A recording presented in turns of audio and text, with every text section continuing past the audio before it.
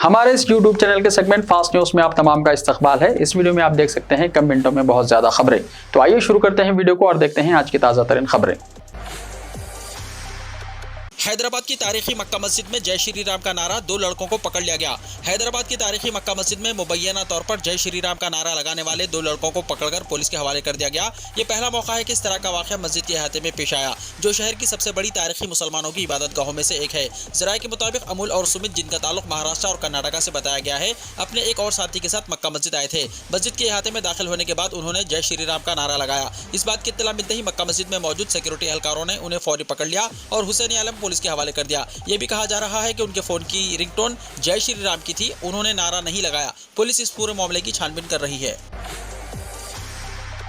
आइंदा इलेक्शन में 100 से ज्यादा सीटें जीतेंगे, चीफ मिनिस्टर चंद्रशेखर राव का दावा। चीफ मिनिस्टर और सदर बीआरएस चंद्रशेखर राव ने दावा किया है कि आने वाले असेंबली इंतखाबात में हम 100 से ज्यादा सीटें जीतेंगे। चंद्रशेखर राव ने बीआरएस पार्टी के यौम तासीस के मौके पर तेलंगाना भवन में मुनक्किदा प्लेनरी में शिरकत की। इस मौके पर उन्होंने प्लेनरी में मौजूद मंदुबीन से खिताब किया। हमने कम सियासी नुकसान के साथ तेलंगाना हासिल किया है। हम अब की बार किसान सरकार के नारे के साथ मुल्क को तरक्की की राह पर गामजन करने के लिए आगे बढ़ रहे हैं। चीफ मिनिस्टर केसीआर ने अरकान असेंबली को कई मशवरे और तजावीज़ दिए। उन्होंने पार्टी के अरकान असेंबली से कहा कि वो एहतियात से काम करें। इख्तिदार में वापस आना कोई बड़ा काम नहीं है। अगर आप मोहतात नहीं रहेंगे तो आप मुसीबत में पड़ जाएंगे। मेरे पास करने को कुछ नहीं है। अच्छा काम करने वालों को टिकट दिया जाएगा। अरकान असेंबली हर वक्त लोगों के दरमियान रहें। उन्होंने केडर में पाई जाने वाली नाराजगी को दूर करने का मशवरा दिया। हुकूमत ज़राअत के शोबे को तरक्की के लिए काम कर रही है और किसानों की फलाह और बहबूद अव्वलीन तरजीह है। रियासत में शफाफ हुक्मरानी की वजह से सरमायाकारी आ रही है। तेलंगाना की फिकस आमदनी मुल्क की दीगर रियासतों के मुकाबले ज्यादा है। फिकस बरक़ी की खपत में तेलंगाना सर्रफहरिस्त है। महाराष्ट्र हुकूमत के पास कोई विजन नहीं है। महाराष्ट्र का कहना है कि अगर हम स्कीमों को नाफिज करेंगे तो हम दिवालिया हो जाएंगे। लेकिन तेलंगाना दिवालिया क्यों नहीं हो रहा? हमें पहले असेंबली इलेक्शन में 63 और दूसरे इलेक्शन में 88 सीटें मिली थी। अगले इलेक्शन में 100 से ज्यादा सीटें जीतेंगे।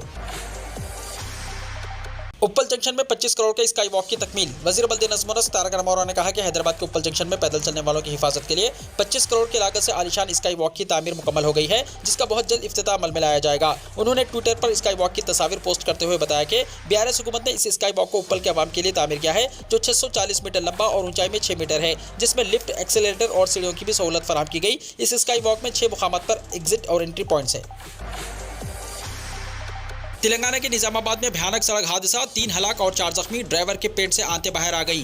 तेलंगाना के निजामाबाद शहर के मुजाफाती इलाके अरसापल्ली बाईपास रोड पर एक भयानक सड़क हादसा पेश आया। जुमेरात की शाम एक अशोक लीलैंड पिकअप गाड़ी जो मुखालिफ सिम से आने वाले ऑटो को टकरा गई, जिसके नतीजे में ऑटो में सवार 3 अफराद मौके पर ही हलाक हो गए, जबकि 4 दिगर जख्मी हो गए, जिनमें एक शख्स की हालत तशवीशनाक बताई जाती है। हादसा इतना भयानक था कि ऑटो मुकम्मल तौर पर तबाह हो गया और पिकअप गाड़ी उलट गई। ऑटो ड्राइवर के पेट की आंतें बाहर निकल आई। बताया गया है कि ऑटो निजामाबाद से रिंजाल मंडल के डूपल्ली जा रहा था।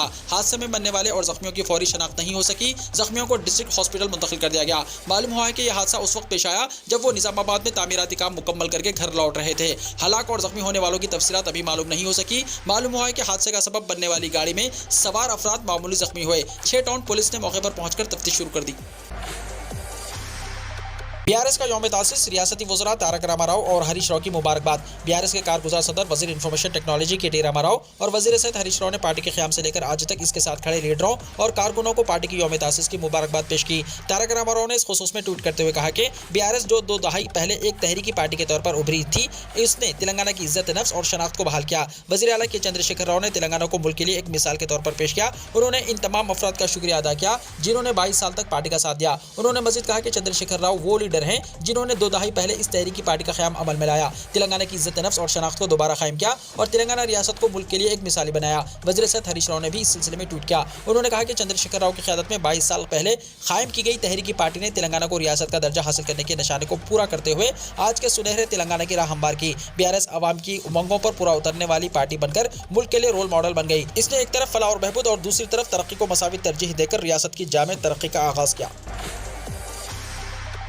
हैदराबाद में एयर एम्बुलेंस खिदमत का आगाज़। शहर हैदराबाद में कायम स्टार्टअप रेड हेल्थ ने अपनी एयर एम्बुलेंस सर्विस शुरू करने का ऐलान किया है, जो अब हैदराबाद और हिंदुस्तान के 550 से ज़्यादा दिगर शहरों में दस्तियाब है। स्टार्टअप ने कहा कि इसकी एयर एम्बुलेंस सर्विस जदीद तरीन तिब्बी टेक्नोलॉजी से लैस है और उनका अमला आला तालीम याफ्ता क्रिटिकल केयर प्रोफेशनल्स पर मुश्तमिल है और बेड़े में 8 खुसूसी तैयारे शामिल हैं जो मुल्क के किसी भी इलाके या जोग्राफिया से मरीजों को तेज़ी से निकाल सकते हैं।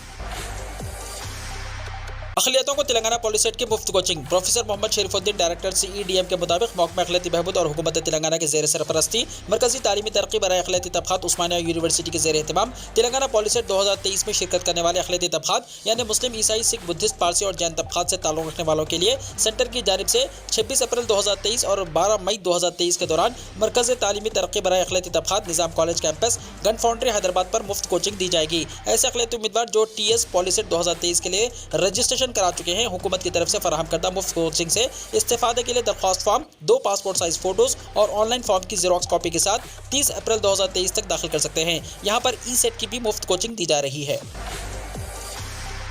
मुस्लिम तहफ़्फ़ुज़ात, चीफ मिनिस्टर खामोश और गवर्नर सरगर्म। मरकज़ी वज़ीर दाखिला अमित शाह ने तेलंगाना में BJP की हुकूमत कायम होने के बाद तालीम और मुलाजिमतों में मुसलमानों को फराहम किए जाने वाले 4% मुस्लिम तहफ़्फ़ुज़ात को ख़त्म कर देने का ऐलान किया। इसके 2 दिन बाद गवर्नर तमिलिसाई सविंदराराजन ने म्युनिसिपैलिटीज़ में अक़लियतों को फराहम किए जाने वाले मुआविन रुकन कोऑप्शन मेंबर को गैर दस्तूरी करार देते हुए तरमीमी बिल हुकूमत को वापस कर दिया। हुक्मरान जमात BRS ने गवर्नर पर BJP के इशारों पर काम करने का जो इल्ज़ाम आयद किया है, इस फैसले से इसकी सदाकत होती है। BJP भले ही BJP का नारा सबका साथ सबका विकास है, मगर वो अक़लियतों बिलखुसूस मुसलमानों की फलाह और बहबूद के लिए संजीदा नहीं है। साबिक़ हुक्मरानों की जानिब से मुसलमानों को फराहम किए गए तहफ़्फ़ुज़ात और रियायतें BJP को खटकने लगी हैं। पहले महाराष्ट्र में मुस्लिम तहफ़्फ़ुज़ात को मनसूख किया गया। एन इलेक्शन से पहले कर्नाटका में मुस्लिम तहफ़्फ़ुज़ात को मनसूख किया गया। 4 दिन पहले मरकज़ी वज़ीर दाखिला ने चेवल्ला में एक जलसे आम से खिताब करते हुए तेलंगाना में मुस्लिम तहफ़्फ़ुज़ात को भी ख़त्म कर देने का ऐलान किया है, जो रियासत में मौज़ूए बहस बन गया है। हुक्मरान BRS के अलावा तमाम अपोजिशन जमातों ने अमित शाह के ऐलान की सख्त मज़म्मत की है। तेलंगाना एडसेट दरख्वास्त फॉर्म दाखिल करने की तारीख बढ़ा दी गई। रियासत में B.Ed कोर्सेज में दाखिलों के लिए मुनक्किद होने वाले तेलंगाना एडसेट में शिरकत के लिए दरख्वास्त फॉर्म दाखिल करने की आखिरी तारीख में फिर एक मरतबा तौसी कर दी गई है। एडसेट के कन्वीनर प्रोफेसर A. रामाकृष्णा ने बताया कि बगैर किसी लेट फीस के ख्वाहिशमंद उम्मीदवार 1 मई तक ऑनलाइन तरीक़ेकार पर तेलंगाना एडसेट में शिरकत के लिए दरख्वास्त फॉर्म दाखिल कर सकते हैं। उन्होंने अहल उम्मीदवारों को मशवरा दिया कि वो जल्द से जल्द दरख्वास्त फॉर्म दाखिल करते हुए अपने करीब के इम्तिहानी मरकज़ का इंतखाब करें। उन्होंने मज़ीद बताया कि जनरल और BC उम्मीदवारों के लिए 700 रुपये फीस मुकर्रर की गई है, जबकि SC, ST और माज़ूरीन के लिए 500 रुपये रजिस्ट्रेशन फीस है। 5 मई से उम्मीदवार अपने हॉल टिकट्स डाउनलोड कर सकते हैं और 18 मई को तेलंगाना के अलावा आंध्र प्रदेश के चंद मुकामात पर एडसेट मुनक्किद होगा। वाज़ेह है कि अब तक एडसेट उस्मानिया यूनिवर्सिटी की जानिब से मुनक्किद किया जाता था, लेकिन इस साल नलगुंडा की महात्मा गांधी यूनिवर्सिटी को एडसेट के इनेकाद की जिम्मेदारी सौंपी गई है। जनाब अकबर अवैसी की जानिब से मुगलपुरा मरकज़ में I-सेट और नाटा की मुफ्त कोचिंग। जनाब अकबरुद्दीन अवैसी कायदे मजलिस मुक़न्नरा पार्टी और बानी सदर नशीन सालार मिल्लत एजुकेशनल ट्रस्ट की जानिब से तामीर और कायम करदा इदारा Fakhr Millat centre for educational and career guidelines Mughalpura में I-सेट और नाटा तहरीरी इम्तिहान की तैयारी करने वाले तलबा की मुफ्त कोचिंग का इंतजाम किया गया है। इंटरमीडिएट और डिग्री के ख्वाहिशमंद तलबा फ़ख्र मिल्लत सेंटर मुगलपुरा पर सुबह 10 बजे से शाम 4 बजे तक पहुँचकर अपना रजिस्ट्रेशन करवा सकते हैं। क्लासेस का आगाज़ 30 अप्रैल और 21 मई से होगा। वाज़ेह है कि जनाब अकबर अवैसी की जानिब से नीट और M.Set की तरबियत भी मुफ्त फराहम की जा रही है। 600 से ज़्यादा तलबा इससे इस्तेफादा कर रहे हैं। अब I-सेट और नाटा की तरबियत का भी इंतजाम किया गया है। Fakhr Millat centre for educational and career guidelines को पुराने शहर के तलबा की तालीम और तरबियत के मरकज़ में मुकम्मल तौर पर तब्दील किया गया है। इस मरकज़ में पेशावराना कोर्सेज में दाखिलों से मुताल्लिक़ तमाम इम्तिहानात की मुफ्त तरबियत की फराहमी का मनसूबा है। इलावाज़ी सरकारी मुलाजिमतों और नीम सरकारी इदारों में मुलाजिमतों के हुसूल से मुताल्लिक़ इम्तिहानात की तरबियत भी दी जाएगी। मज़ीद तफ़सीलात के लिए फ़ोन नंबर 9059670038 पर कॉन्टैक्ट करें। तेलंगाना सेक्रेटेरिएट के इफ्तिताह के लिए 3 दिन बाकी। मस्जिदों की तकमील के लिए मज़ीद 4 महीने लगेंगे। तेलंगाना सेक्रेटेरिएट की पुरशिकवा इमारत के इफ्तिताह के लिए महज 3 दिन बाकी हैं, लेकिन सेक्रेटेरिएट की मस्जिदों की तामीर मुकम्मल होने के लिए मज़ीद 4 महीने लग सकते हैं, क्योंकि तामीरी काम इंतहाई सुस्त रफ्तारी से जारी है। चीफ मिनिस्टर KCR और वज़ीर दाखिला मोहम्मद महमूद अली ने असेंबली और असेंबली के बाहर कई मरतबा इस बात का तयक़्क़ुन दिया था कि सेक्रेटेरिएट के इफ्तिताह से पहले मस्जिदों में अजान गूंजेगी। हुकूमत के ये वादे दीगर वादों की तरह महज ज़बानी साबित हुए। हैरत अंगेज़ बात यह देखी गई कि हुकूमत ने मस्जिदों के उनके असली मुकाम पर तामीर का जो वादा किया था वो पूरा नहीं हुआ। मस्जिदें अपनी असली मुकाम पर नहीं हैं, बल्कि उन्हें सेक्रेटेरिएट के अहाते के बाहर तामीर किया जा रहा है। सेक्रेटेरिएट की मसाजिद का सेक्रेटेरिएट से कोई ताल्लुक नहीं रहेगा और कॉम्प्लेक्स की बाउंड्री वॉल के बाहर इबादतगाहें तामीर की जा रही हैं। जुलाई 2020 में मस्जिदों की शहादत के बाद मुसलमानों की नाराजगी दूर करने के लिए ऐलान किया गया था कि मस्जिदों को उनके हकीकी मुकाम पर तामीर किया जाएगा। तामीरी कामों के आगाज के लिए मस्जिदों की शहादत के 16 महीने बाद 25 नवंबर 2021 को मजहबी और सियासी शख्सियतों की मौजूदगी में सगी बुनियाद रखा गया। तकरीब में शरीक मजहबी शख्सियतों को यह बावर कराने की कोशिश की गई कि मस्जिदों को उनके असली मुकाम पर तामीर किया जा रहा है और चीफ मिनिस्टर ने दोनों मसाजिद के दरमियान मौजूद जमीन को मस्जिदों के तहत शामिल करते हुए इस पर इमाम और मौज़्ज़िन के क्वार्टर्स की तामीर का फैसला किया है। हुकूमत ने मस्जिदों के साथ मंदिर और चर्च के लिए जमीन मुख्तस की और ये तीनों इबादतगाहें सेक्रेटेरिएट से बाहर रहेंगी। सेक्रेटेरिएट के अतराफ मौजूद दफातर के मुस्लिम मुलाजिमीन ने इस बात की तस्दीक की कि दोनों मस्जिदें अपने हकीकी मुकाम से हटकर हैं। तामीरी कामों की सुस्त रवि पर हुकूमत की जानिब से कोई वजाहत नहीं की गई।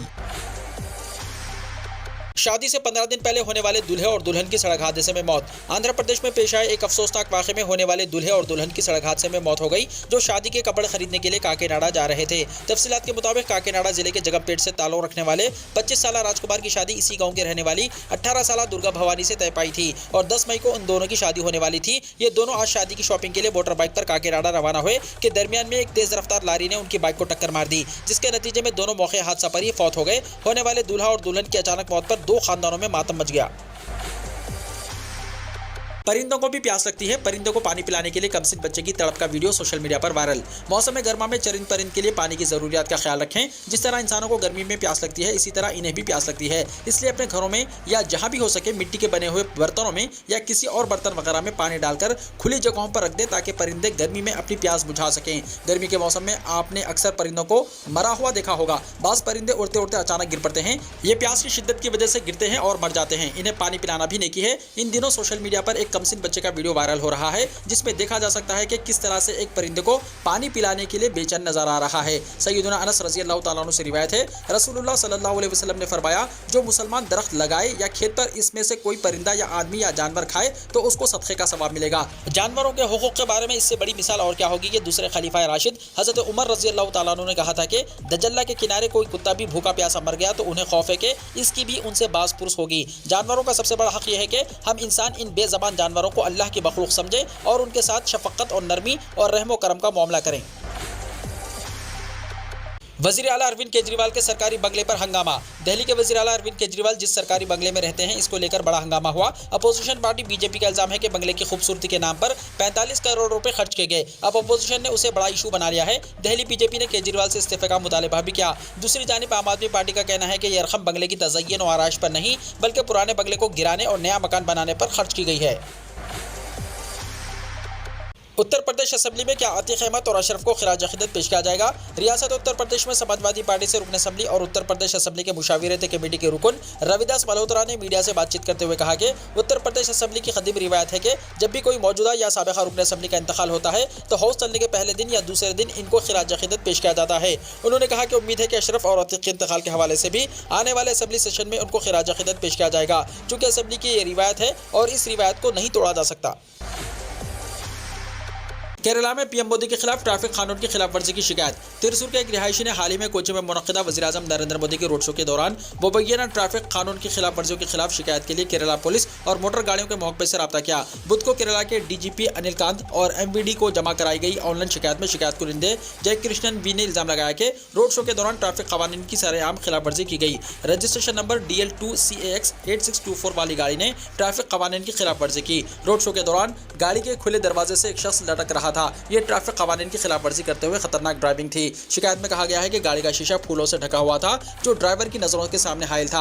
आपको बता दें कि पीएम मोदी रियासत के 2 रोजा दौरे पर पीर की शाम को कोची पहुंचे। बीजेपी के ज़ेर एहतमाम यूथ कॉन्क्लेव से पहले कोची के थिरोआ में रोड शो किया। शिकायत में कहा गया है कि कानून के सामने सब बराबर हैं और हुक्काम को चाहिए कि वो कानून की खिलाफ वर्जी करने वालों के खिलाफ मुनासिब कार्रवाई करें, क्योंकि इस तरह की सरगर्मियां आम लोगों को गलत पैगाम देंगी। दरियास्ता पुलिस और एमवीडी हुक्काम ने शिकायत मौसूल होने की तस्दीक नहीं की।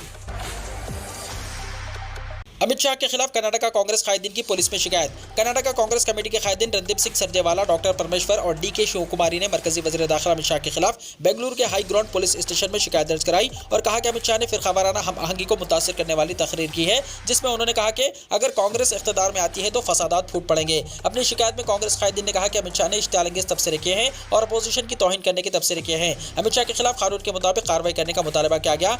DK शिवकुमार ने कहा कि अगर कोई आम आदमी भी यही तबसरा करता है तो उसे अब तक गिरफ्तार कर लिया जाता। कर्नाटका में असेंबली इंतखाबी मुहिम के हिस्से के तौर पर बेलगावी में मुनक्किदा मीटिंग में हिस्सा लेने वाले मरकजी वजीर अमित शाह ने वोटरों से खिताब करते हुए कहा कि अगर कर्नाटका में कांग्रेस पार्टी इख्तियार में आती है तो फिरकावाराना फसादात होंगे। जलसे में कहा कि कई इलाकों में तशद्दुद का इम्कान है, लिहाजा कांग्रेस को वोट ना डालें। कर्नाटका में 10 मई को एक ही मरहले में इंतखाबात होंगे। नताइज का ऐलान 13 तारीख को किया जाएगा।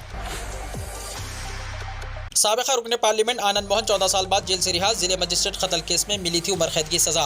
गैंगस्टर से सियासतदान बने आनंद मोहन सिंह को जुमेरात की सुबह बिहार के सहरसा जेल से रिहा कर दिया गया। जेल हुकाम ने बताया कि आनंद मोहन को सुबह 4:30 बजे रिहा किया गया ताकि अमन व अमान मुतासिर न हो। बिहार हुकूमत की जानिब से हाल ही में इन समेत 27 मुजरिमों की रिहाई की इजाजत देने वाले जेल के कवानीन में तरमीम की थी, जिसके बाद आनंद मोहन की रिहाई मुमकिन हो सकी। वो 1994 में उस वक्त के जिले मजिस्ट्रेट गोपालगंज जी कृष्णैया के कत्ल के इल्जाम में उम्र कैद की सजा काट रहे थे।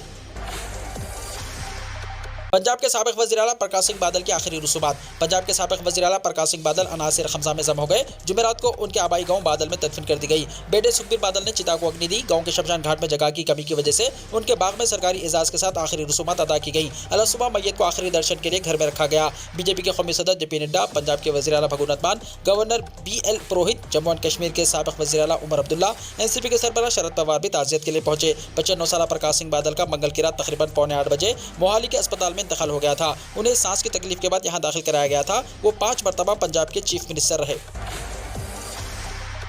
ज़ाब्ता अखलाक़ी खिलाफ वर्जी के मामले में असदुद्दीन ओवैसी को राहत मिली। पटना हाई कोर्ट ने ज़ाब्ता अखलाक़ी खिलाफ वर्जी के मामले में AIMIM के कौमी सदर और रुकन पार्लिमान असदुद्दीन ओवैसी को बड़ी राहत दी है। हाई कोर्ट ने निचली अदालत पर जारी कार्रवाई पर रोक लगा दी। इसके साथ ही अदालत ने रियासती हुकूमत को जवाबी हलफनामा दाखिल करने का हुक्म दिया। जस्टिस राजू राय ने रुकन पार्लिमान असदुद्दीन ओवैसी की अर्जी पर समाअत के बाद निचली अदालत की कार्रवाई पर रोक लगा दी। ओवैसी के वकील राजकुमार ने अदालत को बताया कि 22 अक्टूबर 2015 को फ्लाइंग स्क्वाड मजिस्ट्रेट ने पूर्णिया के बेसी पुलिस स्टेशन में FIR दर्ज कराई, जिसमें इल्जाम लगाया गया कि बगैर पेशगी इजाजत के असदुद्दीन ओवैसी लाउड स्पीकर से पार्टी उम्मीदवार के हक में तकरीर कर रहे थे। उन्होंने कहा कि जिस दफा में मुकदमा दर्ज किया गया है और जिस दफा में निचली अदालत ने नोटिस लिया है वो कानूनी तौर पर दुरुस्त नहीं है। फिलहाल उनकी दलील को कबूल करते हुए अदालत ने निचली अदालत की कार्रवाई पर रोक लगा दी।